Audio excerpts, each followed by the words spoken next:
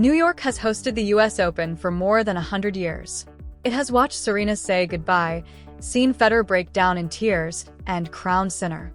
But in the last week of August 2026, staff at Flushing Meadows admitted they had never once planned for this, an entire foreign country's population showing up just to watch one player who, 12 months earlier, was not even famous in her own country. Hi everyone, it's Alex here. I just got off my match in Grandstand, and I just want to thank you all so much for the support. The energy out there was electric, and you guys made it so special, especially coming back after being in a difficult situation in the third. So you made my first main draw win in the Grand Slam so special, and I hope to see you in my second round. She is 21 years old, 5'9", and somehow, quietly, she has become the most successful tennis player the Philippines has ever produced, man or woman, in over a century of the sport being played there.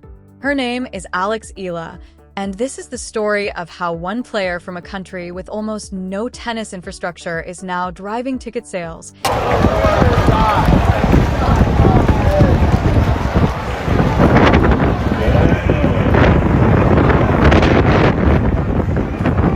The US Open. Are you in the mood for creating more history this year? I'm always in the mood for more history. That means this was a for me. Well played. Enjoy the moment. For the first time ever, we'll see you in a Grand Slam second round match. Give it up, folks. Rewriting the record books and forcing one of the biggest tournaments on the planet to admit it simply was not ready for her. At the start of 2025, Alex Eala sat at number 130 in the world. Respectable. The kind of ranking that gets you into qualifying draws, and not much more. Fast forward 20 months to August 24th, 2026, the day before the US Open draw, and she had climbed to a career high of world number 18. That is the highest ranking any Filipino or any Southeast Asian player, man or woman, has ever reached in WTA history. Once you list what that ranking actually represents, it becomes almost absurd. Quite possibly you are the most popular Filipino in the world, am I right, folks?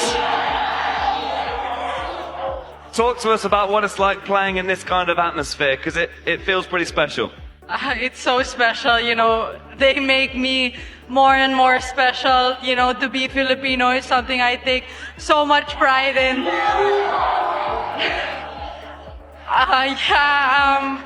And you know, I don't have a home tournament, so to be able to have this community here at the US Open, like,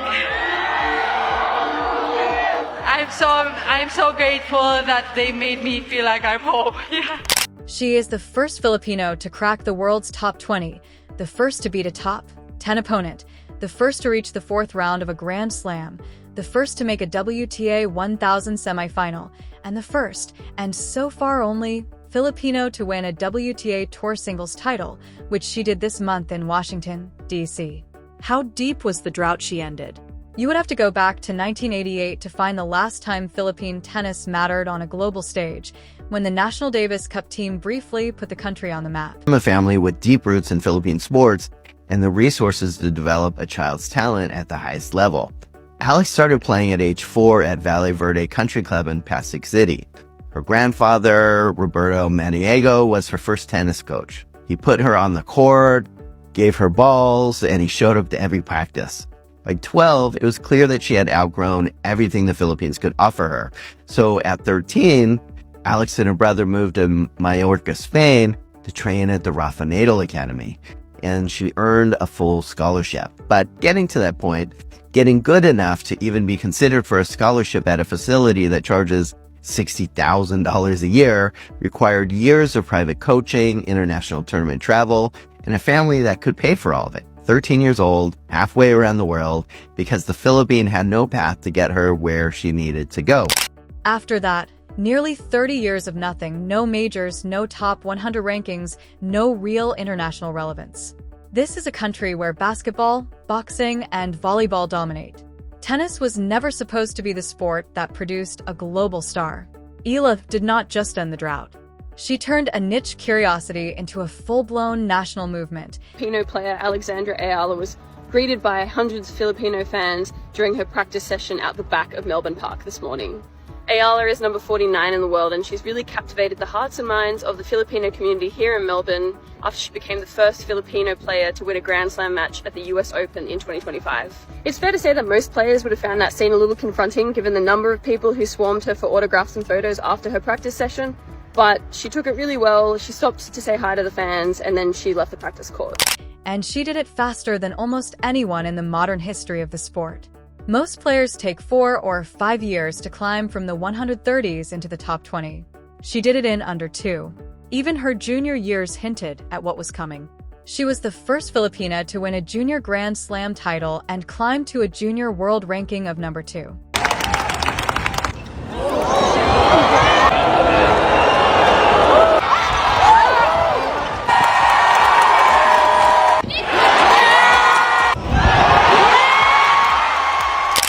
What sets her apart from most junior prodigies is that she did not stall once she turned pro.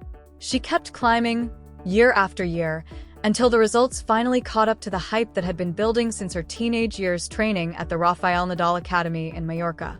She comes from a family with deep roots in Philippine sports and the resources to develop a child's talent at the highest level.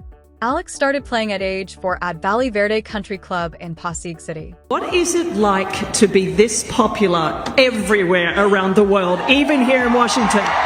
No, I think the question should be rephrased. It's what it's like to be Filipino. Salamat mga kababayan. No, but I think the community here in DC is amazing. I think there was a great atmosphere for both players, and I'm really happy with my win today. Her grandfather, Roberto Minosa, was her first coach. He put her on the court, gave her balls, and showed up to every practice. By 12, it was clear she had outgrown everything the Philippines could offer. Hey Naomi, when you first burst onto the scene, you generated huge appeal and attention from Japanese fans in particular. I'm just wondering, when you see Alex Eala and the interest that she's generating from Filipino fans, I was just curious what you make of it and what it can do for women's tennis. For me, I think it's great. Just now, I finished my match and the little go-kart was taking me back, and I looked at the practice court and it was completely full. I was like, who's practicing right now? And she didn't even go on the court yet. And then I saw the Filipino flags and I was like, but no, I think it's awesome. They're so kind too, the fans. I think she's playing late tonight, and some of them were on my court cheering for me, and I just felt really grateful. So it's so cool that she's building a new community. At 13, she and her brother moved to Mallorca to train at the Rafa Nadal Academy on a full scholarship, getting good enough even to be considered for a facility that charges $60,000 a year required years of private coaching, international travel, and a family that could pay for all of it. And yes, I did. I remember watching her, her finals in the Australian Open and also in the US Open. So really a great experience to share the court with her. And I'm really happy that I was able to produce that level against her. Yeah. 13 years old, halfway around the world, because the Philippines had no path to take her where she needed to go. None of this happened in a vacuum. Behind her is a small team that includes coaches from her Nadal Academy days, an environment that had already produced multiple top 50 players before she arrived. Her support staff has had to professionalize rapidly as her results outpaced everyone's expectations. People close to the Philippine Tennis Federation described the last 18 months as a scramble, building sponsorship deals, scheduling systems, and basic logistics around a level of attention the federation had simply never handled before. Here is a number that should stop you. Eala's pre-tournament press conference was watched online by 171,000 people. For comparison, Carlos Alcaraz's press conference for the same tournament pulled 29,000. Coco Gauff's pulled 29,000. Aryna Sabalenka's pulled 9,000. A player who is not even seeded outdrew 3 of tennis's biggest superstars combined in press conference viewership alone. In Melbourne in January, organizers put her first-round match on Court 6, which holds about 1,500 people. It was not nearly enough. Security had to start clearing standing areas mid-match because the crowd overflowed walkways never designed for that kind of turnout. Some fans had been standing for hours, some without tickets at all, just hoping to hear the noise from outside the gates. Tournament staff later admitted quietly that nothing in their planning documents had accounted for a scenario like this, not for a player ranked outside the top 40. By August, nobody was surprised anymore. It had become the expectation. At the Washington final, Mark Ine, the tournament's owner and chairman, said it plainly at the trophy ceremony: "This might be the greatest crowd for a Monday final anyone had ever seen." This was not a Saturday night showcase with discounted tickets and a marketing push. It was a Monday afternoon, the kind of slot that usually draws whoever happens to be off work. Instead, the stadium was packed to the rafters with Philippine flags of every size, fans chanting, "Let's go, Alex," before nearly every service game, drowning out the usual polite tennis hush.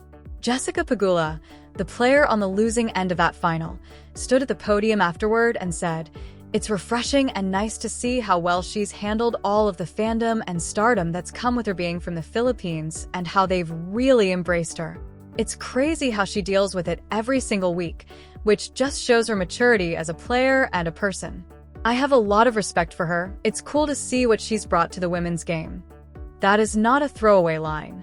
That is one of the WTA's most established Americans on U.S. soil, in the capital, publicly crediting a foreign fan base for elevating her own sport in front of a crowd that was actively rooting against her. Eala herself could not hold it together when she reached the microphone. Asked what it was like to be this popular everywhere, she answered, "I think the question should be rephrased. It's what it's like to be Filipino." Off camera, Ine went further, telling reporters that at least 80% of all ticket inquiries during the entire tournament were specifically about her. That turns this from a passing viral moment into a real changing of the guard story. It is not just the fans. During that same Washington run, she beat a reigning Olympic gold medalist, a defending tournament champion, a former world number 3, and a 4-time Grand Slam winner, Naomi Osaka, in the semifinals. Afterward, Osaka was asked about the interest Eala was generating. "I think it's great," Osaka said. "I finished my match and the little go-kart was taking me back, and I looked at the practice court and it was completely full. I saw the Filipino flags. I think it's awesome. They're so kind too. It's so cool that she's building a new community." Osaka, someone who has won 4 majors and knows exactly what it is like to be the face of a sport in her own country, calling a 21-year-old ranked outside the top 20 an inspiration. Back home, this is no longer treated as a sports story. It is a national event. In July, before the Washington breakthrough, she was summoned to Malacanang Palace, where President Ferdinand Marcos Jr. personally handed her a presidential citation, one of the country's highest civilian honors, usually reserved for people with decades of achievement, given here to a 21-year-old still building her career. Manny Pacquiao, arguably the most famous Filipino athlete alive, publicly saluted her after the Washington win. "Congratulations on your victory. Thank you for bringing honor to our country. We're cheering for you. We're proud of you." When a boxing legend and a sitting president both publicly align themselves with a tennis player in a country where tennis has historically ranked below basketball, boxing, and volleyball, that is not just fandom. That is a cultural shift happening in real time. Club administrators say the grassroots shift may end up mattering more long-term than any single trophy, because it means the next Alex Eala might already be picking up a racket for the first time this year somewhere in a country that used to produce almost no tennis talent at all. The same pattern has followed her all year. Organizers plan for a normal tournament, and a nation shows up instead. What makes this different from a typical underdog wave is that it is not fading. Every single stop this year has been bigger than the last. Melbourne was the warning shot. Washington was the proof. So, what is New York shaping up to be? Probably the loudest version yet. 20 months ago, Alex Eala was ranked 130th in the world. Today, she is the most successful tennis player the Philippines has ever produced, a player Naomi Osaka calls a star, a player tournament directors are rearranging their entire logistics around, a player a sitting president felt compelled to personally honor. The US Open has hosted legends before, but has it ever had to prepare for a fan base that does not just watch a match, but turns an entire afternoon session into a national holiday? Not like this. If Melbourne was the warning and Washington was the preview, then what is about to happen in New York might just be the loudest chapter yet.